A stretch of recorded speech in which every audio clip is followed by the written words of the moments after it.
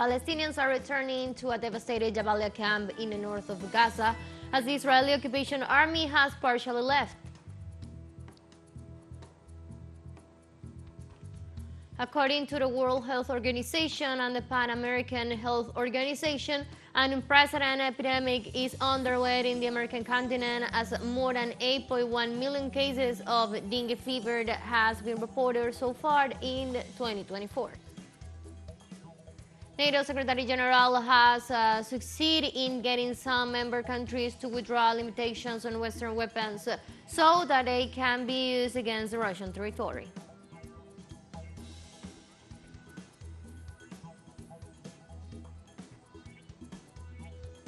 Hello, welcome to From the South. I'm Ana Marrero from the teleSUR headquarters in Caracas, Venezuela. We begin with the news. Stay with us.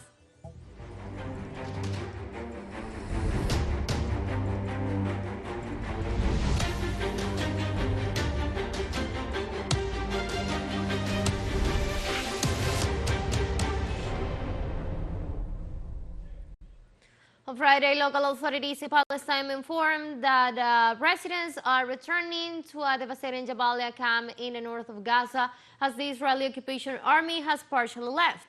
In this regard, national and international humanitarian organizations reported that locals described the return as shocking due to the level of destruction found and stress that the place is in the center of the cement houses and public buildings where the abandoned bodies have been left in the streets.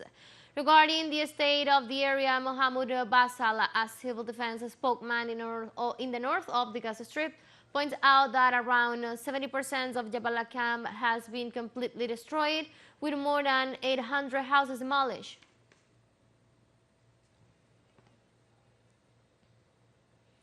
The United Nations High Commissioner for Refugees, Filippo Grandi, warns Israel against a new forced exodus in Palestine. The expert assured that the atrocious event in Rafah have made the world witness one of the most serious war crimes in memory of humanity. He referred to the desperate situation of thousands of Palestinians who are currently trapped and starving trying to save their life. Grandi reminded Israel that as occupying power, they can neither force nor compel the population of the occupied territory to flee.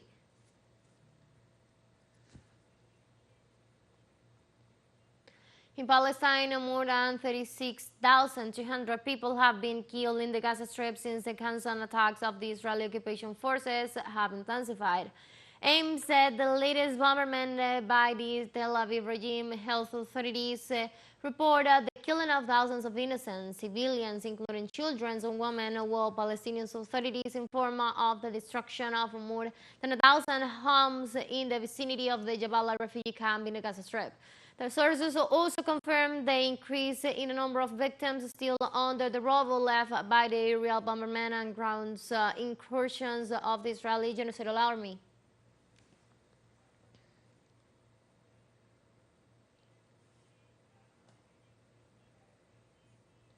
Also in Palestine, in the occupied West Bank, local authorities on the destruction of wet plantations in the village of Jabalia, north of Nablus, for which they blame the Israelis, affirming the acts are part of the tactic employed by the Israeli regime to appropriate more lands and cattle and to displace farmers.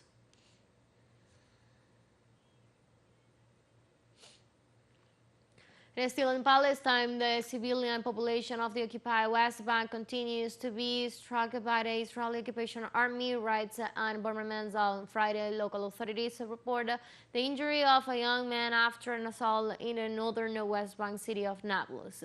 The civilians was found wounded by live ammunition and transferred by the Red Crescent Society. Authorities also report that the occupation broke into several neighborhoods in the city and proceeded throughout residential buildings.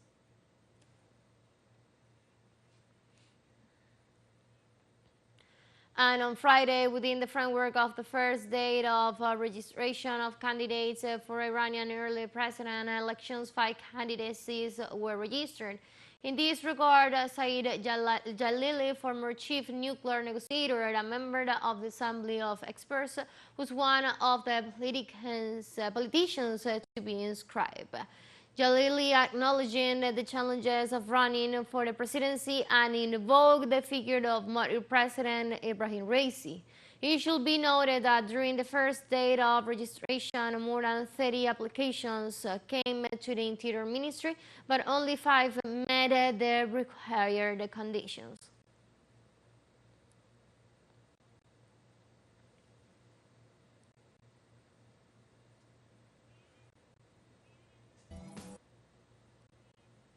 Let's take a very first break, but remember you can now join us on our TikTok account as teleSUR English, where you'll be able to see news in different formats, news updates, and more. Stay tuned for more news.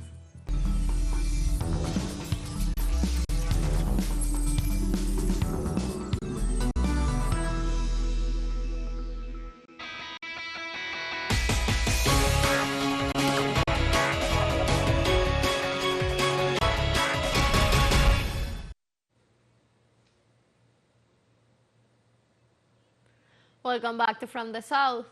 On Friday, the National Electoral Institute of Mexico, INE, reassured that everything is set to guarantee the transparency of Sunday's presidential elections. The president of the INE, Guadalupe Zavala, reaffirmed that she seeks to strengthen the democratic system in the upcoming elections. In this regard, Tahrir inaugurated the Information Forum for Foreign Visitors, in addition to the Electoral Tribunal of the Federal Judicial Power, the institutions that seeks to ensure the transparency of the process. This comes in a context where local authorities have highlighted that 1,309 people from the 5 continents were accredited to observe on Election Day.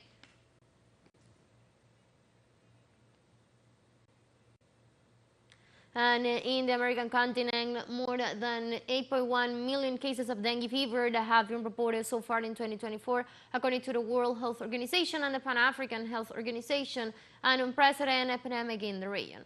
Experts are already warning the large outbreaks of dengue fever could be the norm for the future. The data attributed to climate change causing longer and warmer rainy seasons. They also said health system in the region are being put to the test.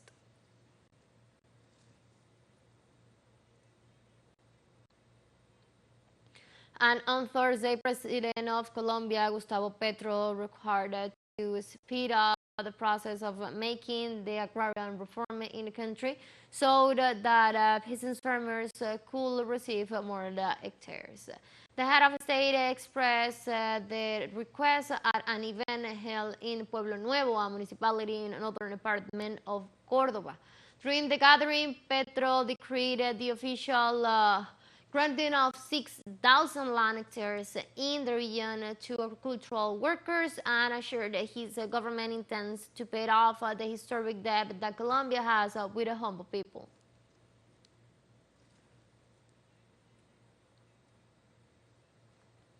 On Thursday evening, Defense Minister of Colombia, Iván Velázquez, announced security forces prevent an attack in the southwest of the country.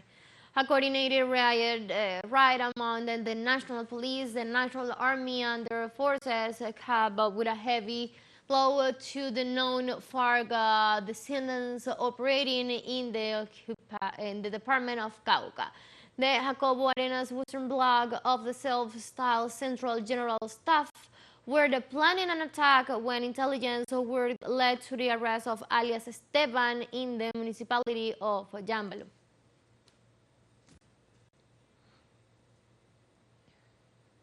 On Thursday, the plenary session of the Peruvian Congress approved reform for the immediate re-election of mayors and general governors, but excluded the regional movements from the upcoming elections. This measure, approved with 82 votes in favor, has caused dissatisfaction in regional movements.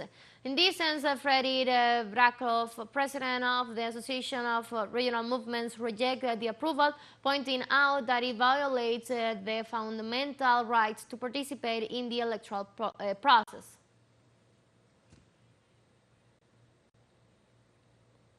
And in Argentina, the government of President Javier Milei, following the intervention of the Argentinian federal justice system, will distribute thousands of tons of foods it had withheld from the population. The decision comes after the claim made by lawyer Juan Grabois, who warns that over 330,000 kilos of powdered meal were about to spoil. In turn, the judge, Sebastian Casanello, issued a production order for a detailed report on the situation of the food held by the government in warehouses. The repercussion of the scandal, which causes several priests to go to the hunger strike, made the Secretary for Children and Family, Pablo de la Torre, lost his job after the Minister of Human Capital, Sandra Petovello, ousted him on Tuesday. In this context, thousands of Argentinians are suffering due to the lack of food.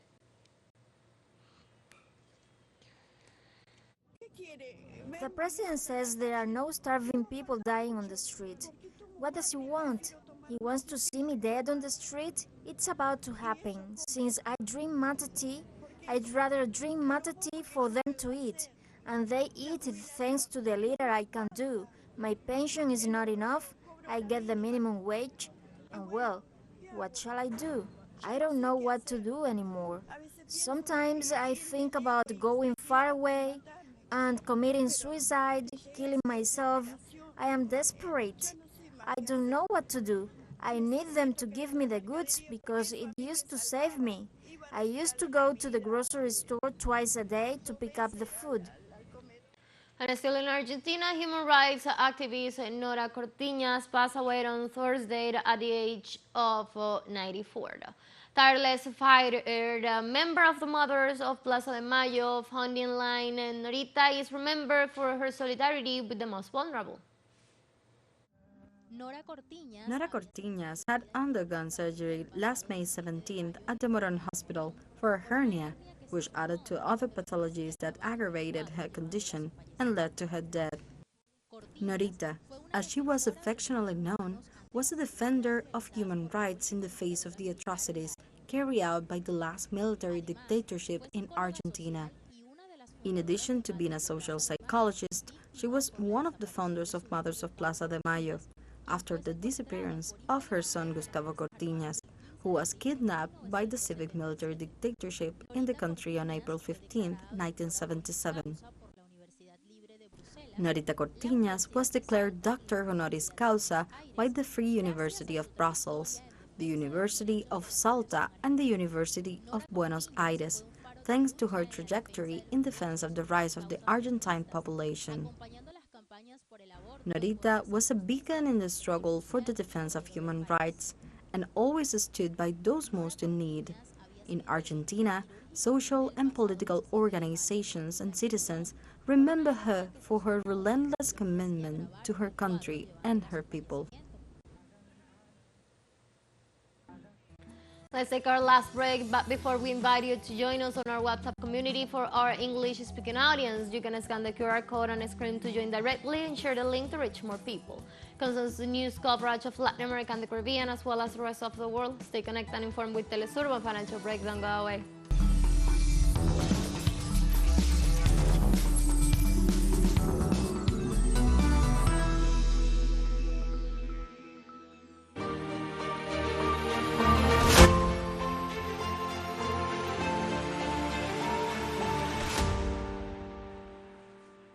Welcome back. The Secretary General of NATO has succeeded in getting some member countries to withdraw limitations on Western weapons so that they can be used against the Russian territory. Jens Stoltenberg expressed during a press conference held in Prague this morning that he expects Ukraine to be responsible in its attacks on Russian positions. He also assured that many of the allies of the Atlantic Organization support Ukraine's rights to defend itself, and this means Moscow's announcements as threats. In this context, Russian Foreign Minister spokeswoman Maria Zakharova warns that this shows that weapons have been used against targets on Russian assaults from the very beginning.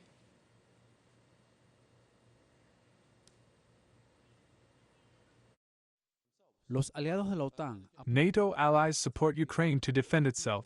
And I repeat, Ukraine has the right to self-defense, and we have the right to help Ukraine to exercise it. And that does not make NATO allies part of the conflict.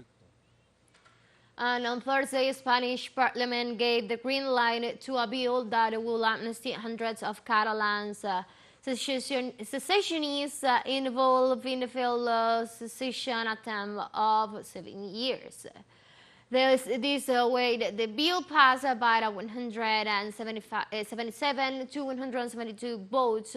Will see the court's annual the judicial record of hundreds of officials and activists implicated in crimes related to Catalonia's secessionism drive since 2011, paving the way from the return of the movement's leaders in exile, Carles Puigdemont.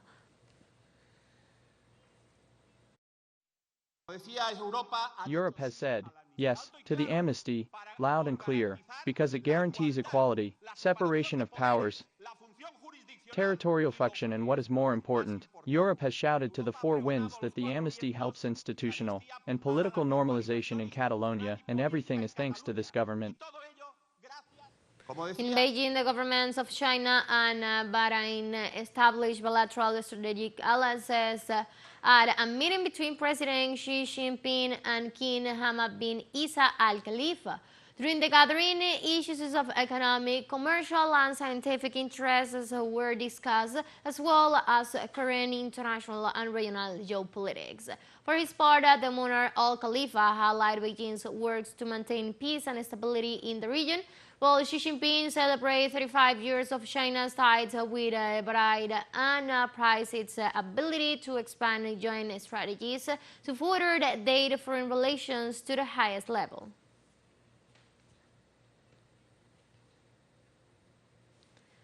China's Defense Minister Dong Jun and U.S. Defense Secretary Lloyd Austin met in Singapore on Friday on the sidelines of the Shangri-La Dialogue being held in a Southeast Asian country. This is the first meeting of these defense officers since 2022. At the meeting, which lasts for more than an hour, Admiral Dunn reiterated that his country does not provide arms to any of the parties of the conflict in Ukraine, but advocates for dialogue and peace. The U.S. Secretary referred to alleged coercive measures in Taiwan in connection with the change of government. This matter, China has made no public comments.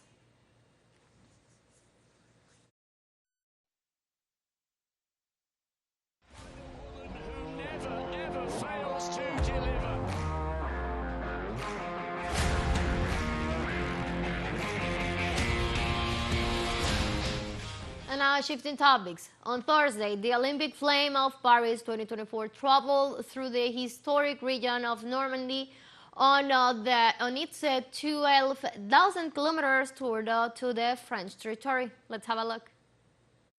For the first time since its arrival on French soil from Greece on early May, the Paris 2024 Olympic flame visited the north of the country, completing its 20th stop in the historic region of Normandy. The journey began early with its passage along one of the beaches, Omaha Beach, the site of the Allied landings during the Second World War. There, more than 100 sports stars, athletes, personalities, and citizens carried the torch with the flame that will light up the Olympic Games starting on July 26. In this way, the flame will continue its trips across France, covering nearly 12,000 kilometers and stopping in more than 400 towns and cities before arriving in Paris for the opening ceremony of the Games on the emblematic Seine River.